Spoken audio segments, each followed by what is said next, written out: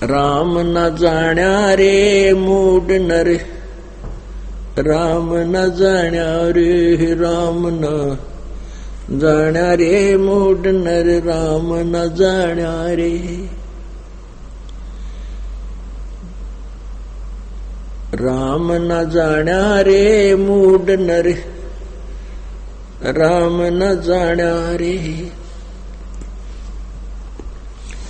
जल की बूंद महल रचायो सकल जिहाना रे, जठर अग्नि से राखिया तेरा पिंड रो प्राणा रे। जातों को भोजन दिया अमृत रस खाना रे, गर्भवास से काट कर नर बाहर आना रे। लीला अगम अगाध है सुरती विदना नारे, मात पिता सुत बांधवा क्या देख बुलाना रे। इनमें तेरा कोई नहीं क्यों भया दीवाना रे। जो तन चंदन लेपते वो धरे मसाना रे, सुवे संभल से या तुरु देख लुभाना रे। चोंच मार व्याकुल भया बहुते पछताना रे, मान सरोवर कमल दलगर दूर पयाना रे। गैर सातल राह को ये पड़ पड़ पोथी पाना रे। राम न जाण्या रे मूड नर्तन, राम न जाण्या रे। अब कितनी प्यार ये हो सुख संवेद जो परमेश्वर कबीर जी ने अपनी प्यारी आत्मा गरीबदास साहिब जी के इस कंप्यूटर में फीड कर दी थी, और फिर उस प्यारी आत्मा ने अपने परमेश्वर की महिमा कलम तोड़ गाई। राम न जाण्या रे मूड नर्तन, राम न जाण्या रे। इस सेंटेंस का कितना गहरा अर्थ है पुण्यात्माओं, कि तूने परमात्मा को समझा नहीं, और तू आप जी केवल इसी संसारिक कर्म को ही अपना प्रथम कर्तव्य मानकर करते रहे। क्या बताते हैं कि एक तो तूने परमात्मा की महिमा नहीं समझी कि भगवान की भक्ति करने से क्या लाभ और न करने से क्या हानि होती है। एक तो ये है राम जानना, और दूसरा ये है कि तूने राम नहीं जाना कि वो पूर्ण परमात्मा कौन है, ये तू नहीं समझ सका। उसके लिए क्या बताते हैं, जल की बूंद महल रचायो सकल जिहाना रे, जठर अग्नि से राखिया तेरा पिंड और प्राणा रे।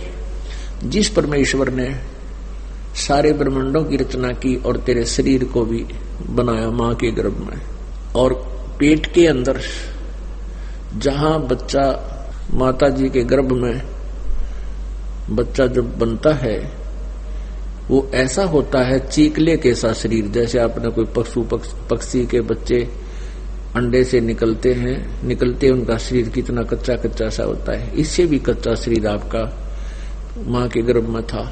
और जहां तू विराजमान था उसके तो बिल्कुल साथ में ही जठराग्नि यानी पाचन अग्नि,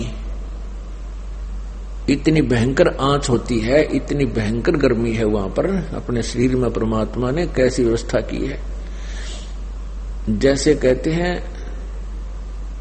हजारों किरण बहुत तेज गर्मी होती है। जैसे अब हम खाना खाते हैं, हम कच्चा फल भी खाते हैं, सलाद खाते हैं, पक्की रोटी खाते हैं, सब्जी खाते हैं, ये तो अध पकी सी होती है। अंदर जाकर के इसमें इतनी हीट है मालिक की दी हुई शरीर के अंदर, इस सब सारे को फिर दोबारा से परिपक्व करती है, दोबारा से इनको फूकती है, और उस फिर अलग अलग से ऐसी फैक्ट्री लगा रखी है पेट में परमात्मा ने, अलग अलग से उनके सारी व्यवस्था करती है, ब्लड बनाती है, उसी से हड्डी बनती है, मांस बनता है, ऐसे सारी व्यवस्था कर रखी है। तो कहते हैं उस ऐसे स्थान पर भी तेरी रक्षा उस मालिक ने तेरी की हुई है, और आज तो उसी को भूल गया। मात पिता सुत बांधवा क्या देख बुलाना रे, इनमें तेरा कोई नहीं क्यों भया दीवाना रे। परमात्मा कहते काया तेरी है नहीं, ये माया कहां से हो, और चरण कमल में ध्यान रखो, इन दोनों को खो। जब तेरा शरीर ही तेरा नहीं है, ये बोली आत्मा, तो फिर इस संपत्ति और संतान को अपना मान के अपना जीवन वेस्ट कर रहा है, व्यर्थ कर रहा है। कहने का भाव ये नहीं है कि बच्चों को त्याग दे या घर छोड़ कर भाग जा, नहीं। ये एक कार्य और है जो इम्पोर्टेंट था तेरे इस मनुष्य जीवन का, उसको शुरू कर और उसको प्रथम श्रेणी में लिया। बस इतनी सी बात है। जैसे हम पुण्यात्मा विचार करने की बात है, कोई भी व्यक्ति अपने प्रयत्न करके जब थक लेता है, ना उसका कोई कार्य सिद्ध होता है, ना उसके घर में कोई बरकत होती है, कोई हानि हो ही रही है, तो फिर वो परमात्मा की तरफ चलता है, परमात्मा से लाभ लेना चाहता है। यदि हम परमात्मा को पहले ही इतना महत्व दें तो हमारे सभी कार्य अपने आप ठीक होते रहे। परमेश्वर कबीर जी ने बताया है कि दुख में सुमन सब करें और सुख में करे न कोई, और जे सुख में सुमन करें तो दुख काहे को होए। सुख में सुमरण किया नहीं, फिर दुख में करते याद, कहे कबीरता दास की, फिर कौन सुने फरियाद। अपनात्मा सुमन का अर्थ क्या होता है? आप जी ने उपदेश ले लिया और स्मरण कर रहे हो आप, और साथ में कोई मर्यादा भी भंग कर रहे हो तो स्मरण नहीं लगेगा आपका। कुछ पुण्यात्मा ऐसे कहते हैं जी हमने नाम भी ले रखा है, हम भक्ति भी कर रहे हैं, और फिर भी हमारे ऊपर आपत्ति आई है और भयंकर आज आ गई है। तो कहने का भाव ये है इस दास का कि उन्होंने स्मरण नहीं किया, सिमरण में मर्यादा में नहीं रहे। मर्यादा टूट जाने से ऐसी दिक्कत आ सकती है, अन्यथा नहीं आ सकती। तो सिमरण का तात्पर्य है कि परमात्मा कहते हैं दुख में सुमन सब करें, सुख में करे न कोई।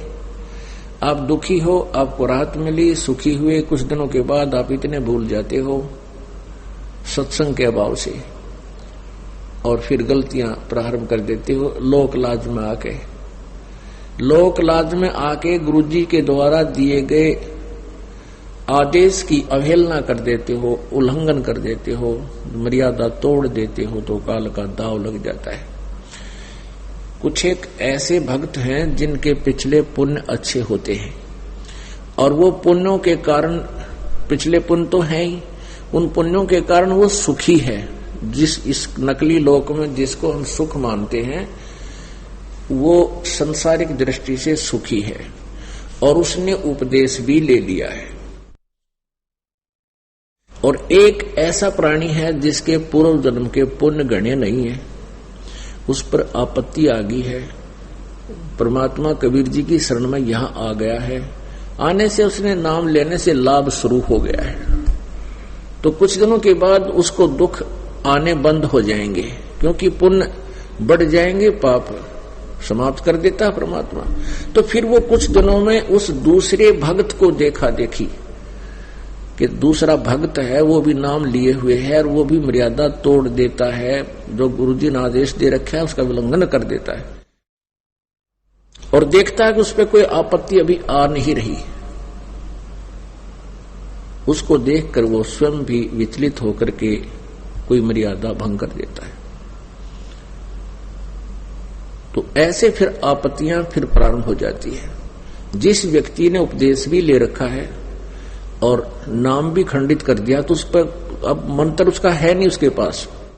इस नाम की कमाई बिल्कुल नहीं है। जिसने बीड़ी पी ली, शराब पी ली, मांस खा लिया, या कोई आन उपासना कर ली, या लोक लाज में आके परमात्मा वाले नियम से वो वंचित हो गया, तो उसकी भक्ति नहीं चल रही, उसके पिछले पुण्य चल रहे हैं। और वो सत्संग में भी आ जाता है, नहीं भी आता है, बीड़ी भी पीता है, एक आदमी में गुट्टी भी ला लेता है, और वो फिर भी कहता मैं संत रामपाल का शिष्य हूं। वो कह रहा है प्रभुदास का शिष्य नहीं है। हाँ, उसके साथ क्या बनेगी? फिर एक ही दम इतनी आपत्ति आवेगी जब उसके पुण्य समाप्त हो जाएंगे, वो बक्कल उतरेगा। और फिर वो व्यक्ति आकर के कहेगा कि मैंने तो नाम ले रखा था जी, हमारे घर पे भी ऐसी आपत्ति आ गई, तो वो ऐसा पापात्मा होगा कि आसपास के क्षेत्र के 10-5 कोई भक्त सारे हो नाम लेने के लिए श्रद्धालु, तो उनके लिए भी वो एक रोड़ा बन जाएगा। यो कहेंगे देखो उनका नाम ले रखा था, आज उनका इतनी आपत्ति आ गई। तो उसके पास नाम नहीं था भगवान वाला, परमात्मा का प्रोटेक्शन नहीं था। जब लग हंसा हमरी आना और काल लगे नहीं तेरा बाण। जब तक हम परमात्मा की मर्यादा में रहेंगे, आन माने मर्यादा, तब तक काल का अटैक हमारे पर नहीं होगा। तो इस प्रकार हमने परमात्मा की भक्ति के साथ साथ मर्यादा की भी आवश्यकता पड़ती है। जैसे हमने खेत में बीज दिया, समार भी दिया, बीज भी डाल दिया, डोल बनाई नहीं, उसकी डोली नहीं बनाई, उसके चारों तरफ मेड़ नहीं बनाई, डोला नहीं बनाया, तो पानी डालेंगे वो भी इधर उधर बिखर जाएगा, खाद डालेंगे वो भी इधर उधर बिखर जाएगा, तो फसल नहीं तैयार होगी। तो मर्यादा एक डोल बनेगी और ये अति आवश्यक है। इसमें परमात्मा की भक्ति को रोकने के लिए, इसको परिपक्व करने के लिए। मात पिता सुत बांधुआ क्यों देख बुलाना रे, इनमें तेरा कोई नहीं क्यों भया दीवाना रे। जो तन चंदन लेपते सो धरे मसाना रे, सूरज चंबन से या तुरु देख बुलाना रे, और चौंच मार व्याकुल भया बहुते पछताना रे। एक तोता पक्षी होता है, इसको सुआ कहते हैं। सुआ पक्षी होता है और वो परिपक्व फलों को खाता है, चोंच मार मार के खुशी से पके पके फलों को खाता है, शेष को छोड़ देता है। तो कहते हैं तोता क्या करता है, पहले से ही वृक्ष की आशा करता है, ये वृक्ष बड़ा होगा, ये पेड़ बड़ा होगा, इसको फल लगेंगे और खाऊंगा। तो तोते ने एक संभल के पेड़ के ऊपर, सिंभल के पेड़ के ऊपर आस्था लगा ली कि ये पेड़ बड़ा होगा, इसका फल लगेंगे और फिर मैं जी भर के खाऊंगा, आनंद मनाऊंगा। तो क्या हुआ, 10-12 वर्ष के अंदर वो पेड़ बड़ा हुआ, उसके फल लगे और फल इतने बढ़िया लगते हैं जैसे बहुत मीठे स्वादिष्ट मिलेंगे। जब वो परिपक्व हो जाते हैं तो उसके फलों में, उसके डोडों में कपास होती है, रुई होती है। अब तोते ने देखा कि ये पक गया है, इसको खाऊं, उसने जोर से चोंच मारी, वो रुई उस डोडे की तोते की चोंच में फंस गई। अब जान की दुश्मन हो गया। वो सोचा था कि ये मुझे सुख देगा, आनंद होगा, मैं खुशी मनाऊंगा और पेट भर अन्न खाऊंगा। अंत में उसमें डोडे में कपास पाई, वो खाद्य पदार्थ नहीं था। तो परमात्मा इसकी तुलना आप जी से करते हैं। आप जी संतान उत्पत्ति करते हो, संतान उत्पत्ति होने के बाद फिर उसकी परवरिश के लिए दिन रात परिश्रम करते हो और ये सोचकर करते हो कि मुझे बुढ़ापे में सुख होगा। अब तो मैं युवा हूं, मेहनत करके बच्चों को पाल दूंगा और बुढ़ापे में चैन सुख का सांस लूंगा और आनंद से रहा करूंगा। अब बुढ़ापे में जैसा आनंद से रहेगा तेरा जी जानेगा। बुढ़ापे में रह लिया आनंद, शरीर काम करे नहीं, जाड़ दांत जाते रहे, शरीर में वीकनेस कमजोरी इतनी आ जा, उठा जा ना बैठा जा, आजमा खराब हो गया, कदे कहीं दर्द है कहीं कुछ है। और परमात्मा क्या बताते हैं, बूढ़ा होवे पड़े खाट में सुने वचन खारे, कुत्ते तावण का भी सुख को न ये छाती फूकण हारे। ये श्लोक सुनेगा बुढ़ापे में, सुख तो 100 कोस दूर चलेगा। अब क्या होता है कि बूढ़ा बुढ़िया की ड्यूटी, कंडम हो जाए, वो खाट पे बैठे रहे अपने घर में, पौड़ी में, द्वार के आसपास उनकी चारपाई डाल देते हैं। तो पुत्र वधू खेत कार्य में अपना जाती है, बाहर मजदूरी पर जाती है, या कोई गोबर पानी डालने जाती है, लेने आ जाती है। तो उनको कह के जाती है सास ससुर को कि तू ध्यान रखना कहीं घर में कुत्ते ना घुस जा। अब कुत्ते तो आदमी बूढ़े की तो कहाँ दाब मारने थे, वो तो ऐसे आंख में चौनिशी कर जाते हैं, बढ़ जाते हैं। तो कभी कुत्ता अंदर घुस गया और उसने जाकर के अंदर दूध कुछ पिया, कुछ गेर दिया उस ग्राउंड पर, परस्पर बखेर दिया। उधर से पुत्र वधू आ गई इतने में, और उसने अंदर जाकर देखा कुत्ते ने उत्पात मचा रखा। तो बहुत गुस्से में आकर के उस बुढ़ा बुढ़िया को कहती है कि तुम इन कुत्तों को भी नहीं रोक सकते, तुमने हमारी छाती फूंक दी, तुम कुछ भी करने के को ना। यानी इतना नाराज होकर के वो बोलती है जिसका दूध बिखर गया हो, जमीन पर गिर गया हो। तो बुढ़िया को फिर ये वचन सुनने को मिलेंगे। कहते हैं बूढ़ा हुआ पड़े खाट में, फिर सुने वचन खारे, और कुत्ते ताउन का भी सुख को ना, तुम छाती फूकना रही। पुणात्माओं, परमात्मा हमें ये याद दिलाते हैं कि तुम्हारे साथ ऐसी बनेगी जैसे उस तोते गेला बड़ी। जो भक्ति नहीं करते वो प्राणी, उनका अंत, उनके साथ परिवार का व्यवहार ऐसा होगा, बहुत रूखा होगा। और जो भक्ति करना शुरू कर देते हैं, परमात्मा की भक्ति ही कर रहे हैं, तो उनके अंत में आप देखना परमात्मा ऐसी व्यवस्था कर देगा, उस अपनी प्यारी आत्मा को दुख ही नहीं होने देगा। ये परमात्मा की भक्ति साधना का एक नियम है, ये उसका फल है कि आपको दुख ही नहीं होने देगा। एक बार एक त्रिलोचन नाम का भगत था, और वो परमात्मा की मर्यादा में रहकर साधना कर रहा था।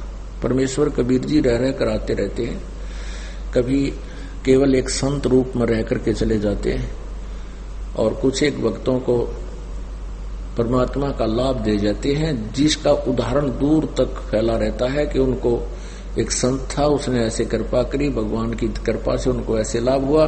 तो इस कारण से हम परमात्मा की महिमा जीवित है, परमात्मा की सतिथि अभी तक ज्यों की त्यों है। अन्यथा ये काल भगवान चाहता है कि इनको गलत साधना पर लगा दूं, शास्त्र में साधना ये करें, गलत ज्ञान दे दूं, और ये परमात्मा से मिलने वाला लाभ इनको मिलना बंद हो जावे, और ये सब नास्तिक हो जावे। जैसे पूरा रूस हो गया नास्तिक, और पूरा चीन कंट्री हो गया नास्तिक। तो ये चाहता है कि ये ऐसे हो जाए सभी, फिर टंटा कट जाए, वहां कोई सुने को नहीं कबीर साहब की, जो अपनी प्यारी आत्माओं को अपने पास ले जाने के लिए आता है। तो त्रिलोचन भगत के ने परमात्मा की शरण ली, नाम लिया, और उनके बताए अनुसार साधना करते रहे। वृद्ध हो गए, और उनके एक नौकर था, कुछ जमीन थी और थोड़ी बहुत जमीन थी, उससे गुजारा हो रहा था। और एक नौकर था, उसका नौकर बहुत सेवा करता था। नौकर के कोई ऐसी घटना घट गई कि उसको जाना पड़ गया, और उसको त्रिलोचन ने भी मना नहीं किया कि जा बेटा। अब वो नौकर चला गया, तो पीछे से क्या हुआ कि उसके जाने के कुछ देर बाद ही त्रिलोचन भगत का दस्त लग गए, डिसेंट्री होगी, और इतना वीक हो गया, उठा जाना बैठा जाना, पानी भी नहीं पी सके। तो बड़ा दुखी हुआ, परमात्मा को याद किया, प्रभु या कौन बनी, वो बच्चा भी चला गया। तो प्रभु ने क्या किया, उसके नौकर का रूप धारण किया और वहां आ खड़ा हुआ। तो उसने पूछा कि बेटा गया नहीं तू? अक नहीं महाराज जी, आपकी इस अतिथि को देखकर आप कुछ ढीले से चल रहे थे, मेरे मन में आ गया कि महाराज जी बहुत ढीले हैं, और स्वस्थ हो जाओगे तब जाऊंगा। 1 महीने के बाद वो नौकर आया। नौकर आने से 2 मिनट पहले, आध घंटा पहले, 20 मिनट पहले परमात्मा वहां से अंतर्जान होगी। वो नौकर आया और अपने घर से कम 200-300 किलोमीटर का रहने वाला था, पैदल आते जाते थे। वहां से वो कोई सामान लाया था, उसने कहा प्रणाम गुरुजी, प्रणाम महाराज जी, प्रणाम बेटा, आ गया। वो यूं तक कह जी ये लो, ये हमारे खेत में ऐसा होता था, ये फसल लाया हूं, और वहां के भक्त आपको, हमारे गांव के सभी भक्त आपको ऐसे ऐसे प्रणाम बोल रहे थे। और त्रिलोचन उसके मुंह की तरफ देख रहा है, ये बोल क्या रहा है भाई, क्या बता रहा है बेटा, कौन है, किसके बारे में बोल रहा है तू, क्या कह रहा है, कहां से आया, क्या बात होगी। जी मैं वहां से आया हूं, अपने गांव से आज, और ये सामान ले आया हूं आपके लिए, वहां के भक्तों ने ऐसे ऐसे दिया है, प्रणाम किया है, और ये मैं अपने घर से ले आया हूं ये आपके लिए। और गुरुजी ऐसे ऐसे रास्ते में बड़ी दिक्कत आई, एक जगह तो ऐसे था। वो कह रहा है भले आदमी तू बोल क्या रहा है, तू सच्ची बता, क्या कह रहा है तू यही नहीं था मेरे पास। अगर नहीं गुरुजी मैं तो अभी आ रहा हूँ। तो कुछ पीछे से भगत भी आगे, वो खेतों में काम कर रहे थे, और उन्होंने बताया जी आपका भगत हमने देखा था, ताइवान लग रहा था।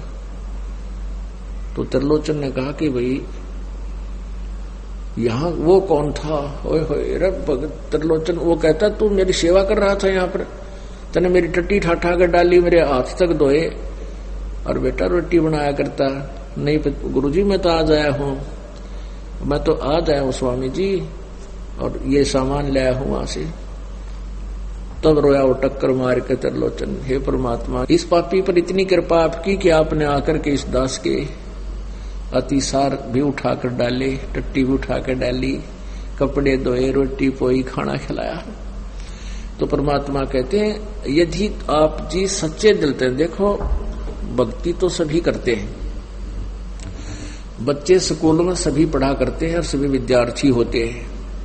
कुछ एक बच्चे इंटेलिजेंट होते हैं, अच्छी मेरिट से पास होते हैं तो अच्छे ऑफिसर बनते हैं, तो उनको ही विशेष लाभ मिलता है। तो ऐसे ही कुछ फेल भी हो जाते हैं। तो पुण्यात्माओं आप ही में से आप सच्चे दिल से सच्ची साधना जैसे दास बताता है मर्यादा में रहते हुए करो, और फिर देखना परमात्मा की लीला। भगवान वही है, किसी चीज में कोई परिवर्तन नहीं हुआ है। परिवर्तन इतना हो गया था कि हम परमात्मा से मिलने वाले लाभ की विधि से वंचित हो गए थे, और हम परमात्मा की परिभाषा से भी अपरिचित हो गए थे। वो स्वयं परमेश्वर ने आके बताई है। मात पिता सुत बांधुआ क्यों देख बुलाना रे, इनमें तेरा कोई नहीं क्यों बहा दीवाना रे, सुअ सिंबल से या तुरु देख लुभाना रे, और चोंच मारी व्याकुल भया बहुते पिस्ताना रे।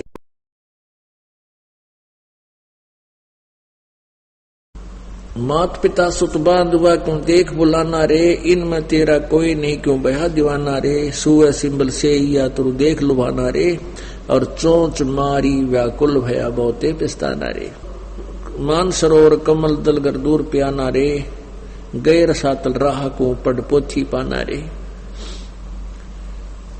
अब जो हम सदग्रंथ पढ़ा करते थे, पवित्र वेद, पवित्र श्रीमद् भगवत गीता, पवित्र पुराण आदि, कहते हैं इनके पाठ करने वाले यथार्थ ज्ञान से परिचित नहीं हो पाए, यथार्थ मंत्र से भी वो परिचित नहीं थे, जिस कारण से वो ये पाठ करने वाले, पुस्तकों को, पोथियों को पढ़ने वाले भी नरक में गए, अर्थात उनका जीवन व्यर्थ हुआ। क्यों? क्योंकि उनको सतगुरु संत से नहीं पूजे पाषाणा रे।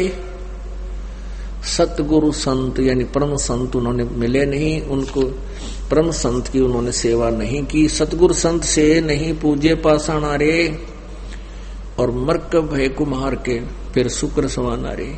पंथ पुरातन बूझ है कोई संत सुदाना रे, और स्वासा पारस नाम है ना भी स्थाना रे। ओह, सतगुरु संत से नहीं, और पूज्य पाषाणा माने मूर्तियां, पत्थर की मूर्तियों की पूजाएं की, यानी शास्त्र साधनाएं की, और मरकब है कुम्हार का फिर शुक्र सुहाना रे, गधे कुत्ते की सूर की योनियां प्राप्त की आप जी ने। पंथ पुरातन बूझ है कोई संत सुदाना रे, कोई बहुत ही बुद्धिमान व्यक्ति उस मूल ज्ञान को सुनता है, उसके बारे में जानकारी प्राप्त करता है। पंथ पुरातन बूझ है, पुरातन माने वो आदि पंथ के बारे में कोई एकादा ही पूछता है, और स्वासा पारस नाम है ना भी स्थाना रे।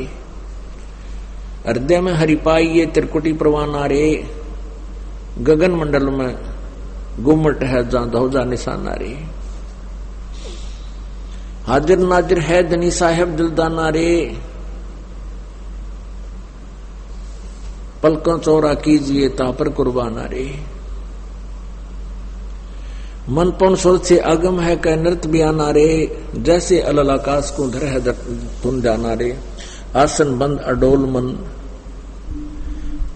जो पद ही समाना रे, गरीब दासियों पाइए पीव पुरुष पुराना रे। गगन मंडल में गुमट है जहां ध्वजा निशाना रे। गगन मंडल में एक आकाश में सतलोक के अंदर एक बहुत बड़ा गुमट है, गुमज इसको बोलते हैं, और उसके ऊपर एक ध्वजा, सफेद ध्वजा फहरा रहा है, झंडा फहरा रहा परमात्मा का।